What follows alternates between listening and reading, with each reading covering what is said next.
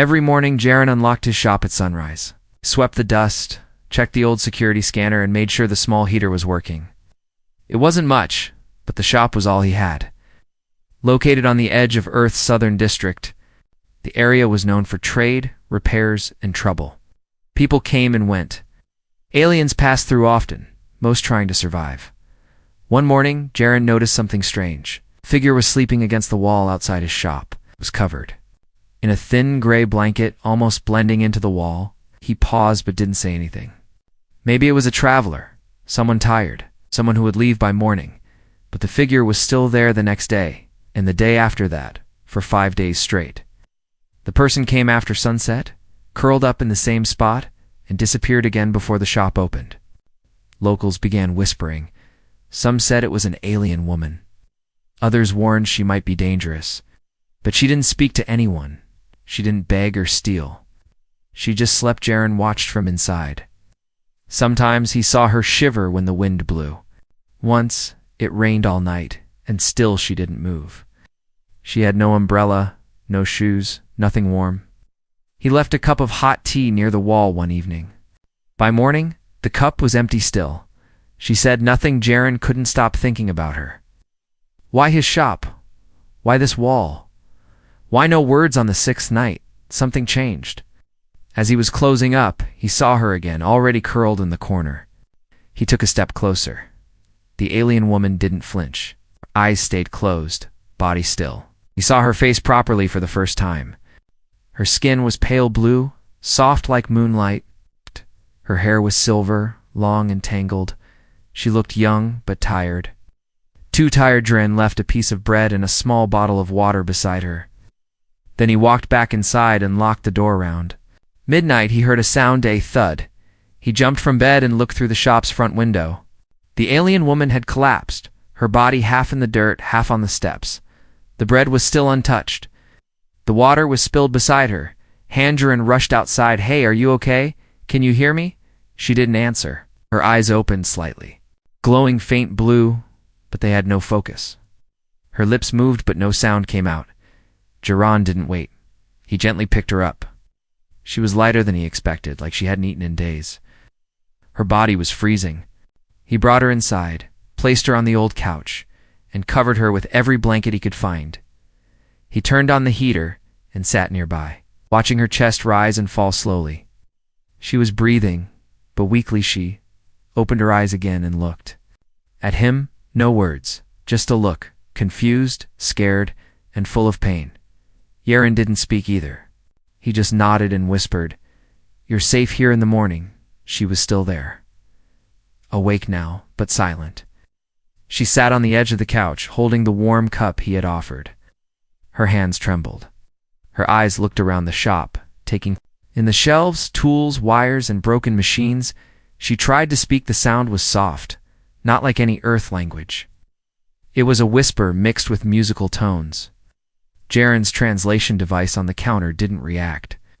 It couldn't understand her language. She looked down, then touched her chest with her hand, slowly tapping it 3 times. Jaren understood that much. She was trying to say something important. Maybe who she was. Maybe that she meant no harm. He knelt in front of her, trying to show kindness. "You don't have to talk yet," he said quietly. "Just rest. You're safe now." The alien woman looked at him again. Her lips curved slightly, a weak smile. Then she touched the couch, then pointed at him. Then at the wall outside. It was a message she had chosen his shop for a resin. Jaren stood, walked to the shelf, and picked out a small translator chip. He handed it to her, showing how to place it behind her ear. She watched, then slowly placed it on her skin. The chip glowed. She tried again to speak. Still no words the chip could translate, just more soft tones. But now her eyes were calmer. She looked like she was trying to trust him, trying to stay alive. That evening, Jaren didn't close the shop door fully. He left it half open, just in case she wanted to step out or breathe the outside air, but she didn't move. She curled again on the couch, holding the blanket close, her breathing slow and steady. Outside, people walked by. Some glanced inside. Some muttered. One man shook his head in disapproval, but Jaren didn't care. He had opened his door now. There was no going back asterisk. The sun was still rising when Jaren stepped into his shop and saw her sitting upright. The alien woman had not left during the night. She was awake, alert, and staring at the tools lined across the far wall. Her silver hair fell around her shoulders like wet thread. Her blue skin looked less pale now. She held the blanket tight around her, not for warmth, but for protection. Like armor, Jaren nodded gently, trying not to startle her. She gave no sign of fear, but her body was tense, as if ready to run. On the table beside her, the old cup of broth was empty. He was glad. At least she had eaten something. He moved behind the counter and grabbed a fresh canister of nutrient stew. No words were exchanged. He placed it down in front of her and pointed to it. She looked at it, then at him, then slowly opened the container. Movements were careful. As if each one needed permission, he sat across from her and decided to try again. He pulled out a basic language pad, a touchscreen device used to show pictures and symbols. He tapped the icon for name and then pointed at her. She blinked once, then leaned closer instead of touching the screen. She reached up and pressed her fingers to her chest. Then she drew a symbol in the air with glowing blue light, shape made from her own bioluminescent skin. It looked like a curled star with a tear across it. The translator chip blinked in confusion. It didn't know what to say. Erin tapped the screen again, showing her icons for food, water, and home. She tilted her head. Her eyes scanned the pictures, and then she did something unexpected. She placed her hand over his hand. Jaren froze. She wasn't afraid. She was trying to speak. Her lips moved, and a soft sound came out. Not like a human voice. It was a humming note like music. Then another tone followed it. Her fingers tapped once on the table. Her eyes didn't break away from his. The translation chip buzzed once and showed nothing. Jaren didn't need it to translate this time. The message was clear. She was trying to connect. She just didn't have the words. Then she picked up a broken tool from the workbench. She turned it in her hands. It was a plasma coil fuse. She pointed at it, then pointed at the large scanner machine near the wall. Her eyes asked a question without speaking. Jaren was surprised. She understood tools. That wasn't normal for someone off the street. He nodded and handed her a wrench.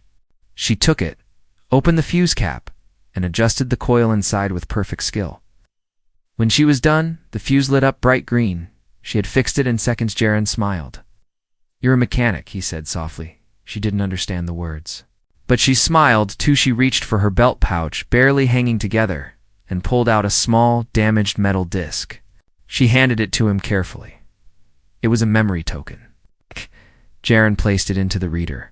The screen blinked once, then loaded a strange imaging massive alien repair ship. Fire. Alarms. A child crying in the background. The video ended with a loud bang. Jaren looked at her. Her eyes had filled with tears. That was her past. She had lost everything suddenly. She spoke again. This time the translator chip reacted to words. Child gone. The words came slow and rough, but they hit Jaren hard. Her voice trembled. Her hands held her belly as if she still remembered what it felt like to hold the child close. She didn't cry out loud. She just sat there, holding the broken disc. Eyes on the floor. Jaren stood slowly and grabbed a folded towel and a warm jacket. He gently draped it over her shoulders. She didn't resist then. For the first time, she reached for the bread on the table and ate slowly. Like a person who hadn't had a safe meal in a long time. Later that day, the shop bell rang. An old human customer entered but froze at the sight of the alien woman inside. His face changed. "You letting them in now?" he asked Jaren with a frown. Jaren simply nodded. "She's not causing trouble," Jaren said. "She's just cold," the man scoffed, muttered something, and left. The alien woman had watched the whole thing. When the door shut, she raised her fingers again and made another symbol in the air. This one looked like a swirl of wind surrounded by flame. The translator chip lit up again. Another 2 words. "You brave." Jaren didn't know what to say. Just gave a small nod, then returned to his workbench that night. She didn't sleep outside. She stayed on the couch, blanket wrapped tightest, finally at peace. The heater in the shop buzzed gently, filling the air with warm silence. The alien woman sat near the back wall, folding small pieces of metal like paper. Jaren watched her from behind the counter. She had not spoken more words since yesterday, but her actions spoke louder. Every tool she touched, every wire she bent, showed she had real skill, not just survival skill, but trained hands, like someone who once worked in machines or ships. Her name still remained a mystery. But her movements had changed. She no longer flinched when he walked past. Her shoulders had loosened. The fear in her eyes was quiet now, resting behind something calm that morning. The rain outside came strong and fast. Baran moved some crates, away from the leaking spots in the ceiling. He offered her dry clothes from a storage box, simple worker pants and a loose shirt. She nodded, then stepped behind the curtain of the storeroom to Chanja Jaren, turned away to give her privacy. But as she stepped out again, something caught his eye, a mark. Not a bruise knot, a wound from hunger or weather, but a deep scar running across. Her back glowing faintly beneath her skin, like fire had kissed it, and never let Gute was shaped like a brand, an old spiral with chains around. Eth. Recognized Eth had seen that symbol once before, long ago on the dark web, in a video about alien trafficking rings. It was not a logo, not a language. It was a warning, a mark given to property. She wasn't just lost. She had been on a Jaren, stepped back slowly, not wanting to alarm her. But she saw his eyes. She froze, shoulders rising again. She reached behind her, trying to cover the scar with her shirt. Her face turned away. She didn't cry, she didn't explain. She just stood there in silence, ashamed of something that was never her fault. Jaren didn't ask questions. He didn't press her. He just walked to the drawer, pulled out a medical patch, and gently handed it to her for the pain, he said softly. She didn't take it at first then. Slowly she sat down again and placed the patch against the scar. The faint glow faded under the healing tech later that day. She tried to help him repair a scanner unit. Her hands moved slower now, as if her thoughts were heavier. She pointed to a broken circuit, but her hand trembled. Jaren took it gently and nodded. You don't have to work, he said, not if it hurts. She looked at him, blinking once, then pointed at her chest. Then the machine she was saying she wanted to that night. As Jaren locked the front door, he heard a soft knock at the back window. His heart jumped. He moved quietly and peeked outside. Two shadows stood under the rain. Humans, one wore a hood. The other carried something heavy. Jaren didn't open the door, he just waited. They walked away after a few moments. But one of them looked.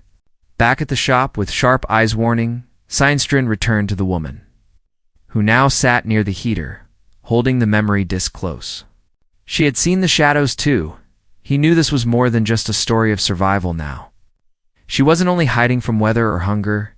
She was running from someone who wanted her back. Jaren placed another lock on the back door. He turned off the lights early and told her to sleep in the storeroom tonight. Away from the windows, she nodded, carrying the blanket with Herbie for stepping inside. She turned to him and placed a hand on his chest. Just for a second, not to ask for help, not to beg, but to say thank you. Without using words, Jaren didn't move. He just watched her disappear behind the curtain. The shop fell quiet again, rain tapping on the roof-old machines, humming like sleepy animals, and in that moment, Jaren realized something had changed inside him. He no longer saw her as a stranger. He saw her as someone worth protecting. Scar on her back might never fade completely, but maybe, in this small corner of the world, she could start to heal. The night air was thick and heavy. Rain had stopped, but the sky still held its breath. Inside the shop, everything was quiet. Jaren had shut off the lights early, leaving only the dim orange glow of the heater to push back the dark. The alien woman was asleep in the storeroom behind a curtain of old fabric. Her breathing was soft, like waves moving through still water. Jaren stayed on the couch, fully dressed, watching the door. He hadn't told her, but the faces he saw in the alley yesterday stayed in his mind. Something was coming. He could feel it at midnight. A sharp tap echoed across the roof. He froze then again. Tap, tap, tap, not from the front, from the back, near the window where the woman had once peeked at the starzer, and moved quietly. We reached under the counter and pulled out the stun stick he kept for emergencies. It was old, but still worked. He kept his steps slow and silent as he moved toward the back room, Then he saw a tall shadow outside the window, no sound of a knock this time, only breathing suddenly. The window shattered, a figure in black burst through, landing hard on the floor. Before Jaren could react, another man climbed in behind him. Two invaders, both human, both armed. The alien woman woke with a gasp. Ow. Her body rose like lightning. She didn't scream. She didn't cry. She reached for the first thing she could find, a metal pipe. Jaren raised the stun stick. But the first attacker shoved him back. His shoulder slammed into a shelf. Tools scattered everywhere. The second man lunged toward the woman. She dodged, barely. The pipe in her hand struck his knee. He stumbled, then the lights flickered. A high-pitched sound filled the shop. The necklace she had always worn, a broken piece of tech around her neck. Everyone thought it was useless, but now it glowed on. Then it pulsed. A wave of energy burst through the air like a ripple in water. Both men screamed and dropped to their knees. Their weapons sparked and failed. The alien woman dropped the pipe and ran to Jaren. She pulled him to his feet. Hands shaking, he looked at her, stunned. "You did that?" he asked. Breathless, she nodded once, then turned to the door. More footsteps. Outside, Jaren heard voices, one man yelling, "Take her." "Leave the rest." He grabbed her hand. "No," he said. "We run together." She didn't hesitate. They ran to the front door. Jaren hit the emergency lock. The metal door slid open just enough for them to squeeze through. Cold night air hit them as they ran into the alley, shoes splashing through puddles behind them. The door slammed shut. They didn't look back. The woman pulled him toward the west side, down a narrow street between dark shops. She knew the path. Her feet moved fast and sure. They turned a corner and stopped to catch breath under a broken awning. Jaren leaned against the wall. Chest rising fast, she reached out and touched his face, not with fear. With concern, she pointed to his shoulder where blood had started to spread. "It's fine," he said. "I'll live." "Are you okay?" She touched her own chest once, then nodded. They stood there in silence for a moment. Then she raised her hand again and formed a circle in the air. Then a line through it. Jaren didn't understand, but the translator chip lit up. One word appeared. "I marked." He nodded slowly. "So they're tracking you?" She nodded again and looked around. They couldn't go back to the shop. It wasn't safe anymore. Not now. But then she reached into her pocket and pulled out a folded piece of thin plastic. It was a map, a hidden spot marked under the lower city district, near the tunnel systems. Long forgotten by most, she pointed to it, then tapped her chest. Then his hand shy was asking him to come with her. He didn't answer right away. He thought about his shop, his tools, the life he built brick by brick, but then he looked at her and he realized something, that life meant nothing if he let her be taken. Again he gave a short nod. "We go at sunrise," he said. She touched his hand again and nodded back. For the rest of the night, they stayed hidden in a storage crate near the alley. She curled beside him, eyes closed, but never truly asleep. Jaren sat awake, watching the stars above the ruined roof. They had survived the night, but the hunt had just begun. The tunnel was silent, dark, and cold. Jaren moved with careful steps, flashlight in hand. The alien woman followed close behind, holding the map against her chest. The path was narrow, filled with old wires and rusted pipes. How long ago these Tunnels were part of Earth's underground rail lines. Now they were forgotten by most. Buried under layers of dust and time, they had left the shop behind. Left the only safety Jaren had ever known. But he didn't regret it. Not after what she told him last night. Her voice had been low. Shaking with fear and hope. "Child taken," she had said, pointing to the same map. At first, Jaren didn't understand. Then she showed him a small crystal disc from her pouch. Inside, a faded image, a child with silver hair and glowing blue eyes, smiling and holding a small metal toy. Her daughter Jaren had stared at the image for a long time. "Where is she?" he asked. The alien woman pointed to a symbol deep inside the tunnel map. A warehouse, long abandoned, used now by black market traders and smugglers. That was where the signal came from. Jaren made the choice without hesitation. Now they were deep below the city, moving toward a girl who might not even be alive, but she believed, and Jaren believed her. They Reached a heavy iron gate. Locked, burned. Someone had tried to seal it, for Jaren stepped forward, pulled out his multi-tool, and began cutting through the metal. Sparks flew. The noise echoed, but they had no other way. The alien woman stood guard, watching the shadows behind them. When the gate finally gave way, they stepped into a wide space filled with broken crates and metal walls. Lights flickered above. Somewhere deeper in the dark, a machine hummed. Someone was still her ire and whispered, "Stay behind me." But she did. Moved beside him, one hand holding her old broken necklace, the other clenching a small piece of pipe like a weapon. They reached a door marked in alien script. Jaren couldn't read it, but she could. She stepped forward, placed her hand on the panel, and whispered something in her language. The door clicked. Inside was a small room, warm and quiet. At first it looked empty. Then they heard Ida's soft cry, a child's cry. A alien woman rushed forward, searching behind old crates. And then she froze. A Yaren stepped closer. There she was, a little girl, huddled inside a glass container, curled up in torn clothes, her skin glowing faint blue, just like her mother's. Her hair was tangled. Her eyes wide and scared, the alien woman dropped to her knees and reached into the pod. The child looked at her, confused. Then slowly she whispered, "Mama." The alien woman sobbed without sound, pulling her daughter close, holding her like she would never let go again. Her hands trembled, but she didn't stop hugging her. The girl buried her face in her mother's chest and closed her eyes. Jaren stood still, unable to speak. This moment felt like the only thing that mattered now, but the peace didn't last behind them. The metal floor creaked, voices echoed in the distance. More footsteps. Jaren pulled the door shut and blocked it with a crate. Then he looked at the woman and whispered, "We have to go now."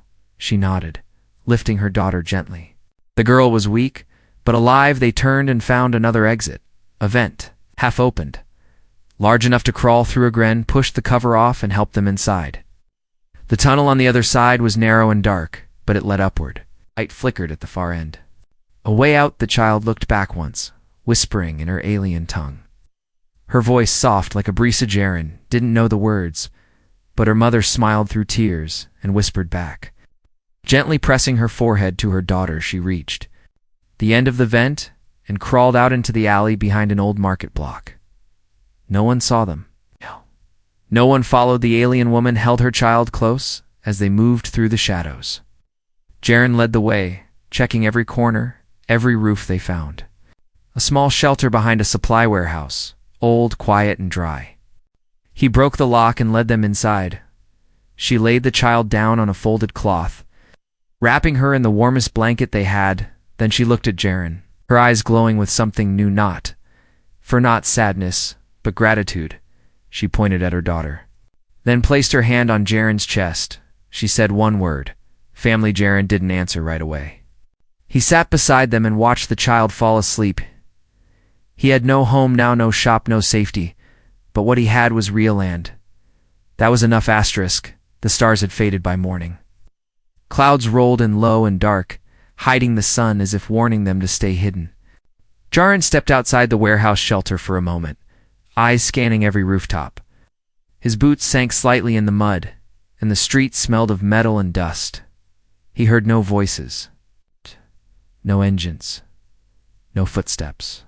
But silence was never safe inside. The alien woman sat with her daughter cradled in her lap. The girl was awake now, weak but smiling. She reached out to touch Jaren's hand as he stepped back in, her tiny fingers glowing with soft blue light. Jaren smiled, but his mind was racing. They couldn't stay here. Someone would come looking. Someone always did. The woman reached into her pouch and pulled out the old map again.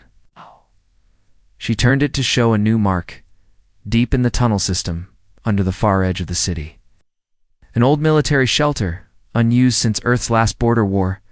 Jaren knew the place by rumor. They called it the Black Vault. Most thought it had collapsed years ago. She tapped the symbol and whispered one word, "Safe." He nodded. They packed quickly. The girl wrapped in cloth and carried close.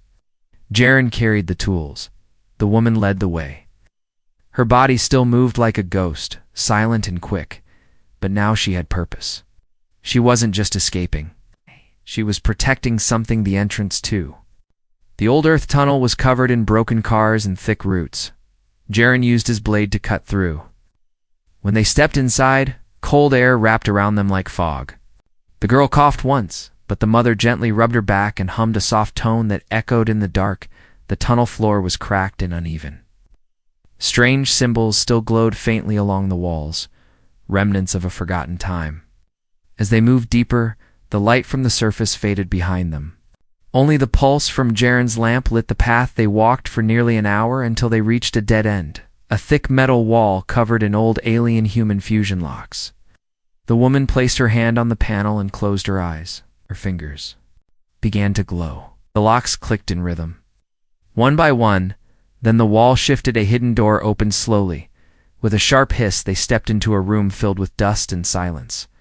Machinery lined the walls, all dead. Bunk beds, crates, old supplies, untouched for years. But the walls were strong. The entrance locked tight behind them. Safe at last, the alien woman placed her daughter on one of the softest blankets and smiled. It was the first time Jaren had seen her truly smile. Not forced, not afraid, but real. She touched her child's forehead and spoke a few quiet words in her native tongue. The girl's eyes closed and she fell asleep without fear. Jaren walked around the vault. He checked every corner, every vent, every broken console. Then he sat beside the mother and asked quietly, "How did she get taken?" The woman didn't answer with words at first. She pulled out a crystal disc, different from the last one. She inserted it into Jaren's reader. A video began to play. It showed a small alien ship being boarded by masked men. The woman screamed, fought back, tried to protect her daughter, but they took the child and left her bleeding. The video ended with her crawling into an escape pod. Alana Jaren felt his fists tighten. He couldn't change the past, but he could protect them now.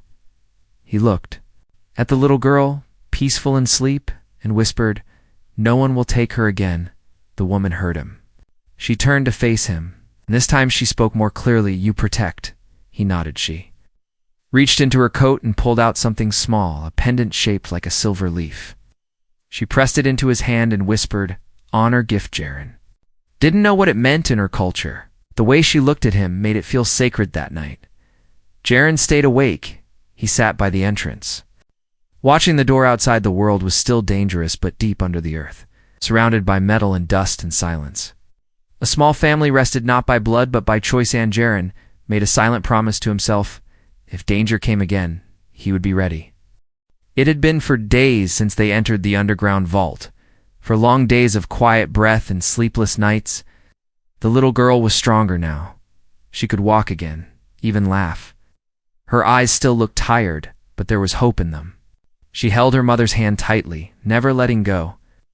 When she sat near Jaren, she would curl against his side without fear, as if she had known him her whole life. But Jaren knew this shelter would not last. Someone would trace them here eventually. The locks were old. Tech was weak. It was only a matter of time. So, that morning, Jaren made a choice. He turned to the alien woman and said one word: "Return." She tilted her head. Confused, he pointed to himself, then the girl, then to the ceiling above. "Return home." He said again, pointing toward the surface. Her eyes widened. She looked at her child, then back at Jaren. It had been so long since that word meant anything together. They climbed back through the tunnel. Jaren carried the girl on his back, wrapped in the same blanket she had been found in. The woman walked beside him, map in hand, eyes sharp and focused. They reached the surface just after sunrise. The city had changed. Posters with strange faces lined the walls. The air was still thick with tension. But the streets were quiet. When they reached the old street where Jaren's shop stood, they froze. Door was broken, windows shattered inside, tools thrown across the floor. Someone had searched the place. Jaren stepped forward slowly, picked up a wrench from the ground and breathed deep. Then he walked and the girl followed, holding her mother's hand together. They stood in the middle of the wrecked shop. Jaren looked around. It wasn't just his work that had been ruined. It was the place where he had taken her in, where she had first rested, where her daughter's picture had first been shown. This was not just a shop anymore. This had been their beginning. Jaren turned to the alien woman. He pointed at the cracked couch at the wall where she used to sleep at, the corner where the child now sat with quiet eyes. Then he spoke. "This is still our place." She looked at him carefully, then stepped to the wall and gently touched either. Fingers lit up again. Glowing like before, she pressed her palm against the wall and closed her eyes.